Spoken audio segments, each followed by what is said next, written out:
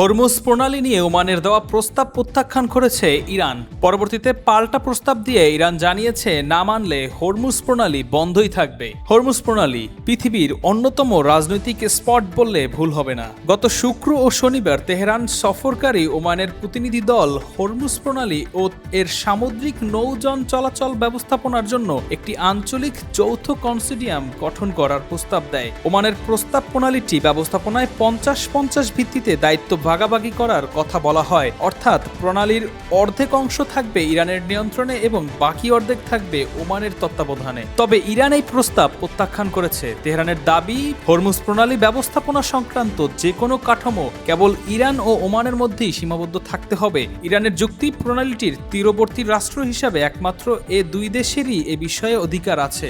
এছাড়া ইরান দাবি করেছে, প্রণালীর 50% অংশের উপর তাদের পূর্ণ নিয়ন্ত্রণ থাকতে হবে এবং বাকি অংশে আংশিক নিয়ন্ত্রণ নিশ্চিত করতে হবে। ফলে আলোচনা ইতিবাচক অগ্রগতির দিকে এগোচ্ছে। এমন বার্তা মিললেও হরমুজ প্রণালী নিয়ে নিজেদের মূল অবস্থান থেকে এখনো সরে আসেনি তেহরান। ইরানের উপপররাষ্ট্রমন্ত্রী কাজেম গারিবাবাদি জানান, এটি ইরানের পাল্টা প্রস্তাব। ওমান তা গ্রহণ না করলে হরমুজ প্রণালী বন্ধই থাকবে। অন্যদিকে এক জ্যেষ্ঠ ইরানি কর্মকর্তা জানান, হরমুজ প্রণালীর যৌথ আঞ্চলিক ব্যবস্থাপনা নিয়ে ওমানের প্রস্তাবে সরাসরি নাকচ করেছে। নাম প্রকাশে অনিচ্ছুক ওই কর্মকর্তা বলেন, এ পরিকল্পনা সফল হওয়ার কোনো সম্ভাবনা নেই। তার অভিযোগ, ওমানের উপর চাপ সৃষ্টি করছে যুক্তরাষ্ট্র ও সৌদি আরব, যাতে তারা হরমুজ প্রণালী নিয়ে তাদের অবাস্তব পরিকল্পনা এগিয়ে নেয়। Sabbir Ahmed, desk report, lens 24।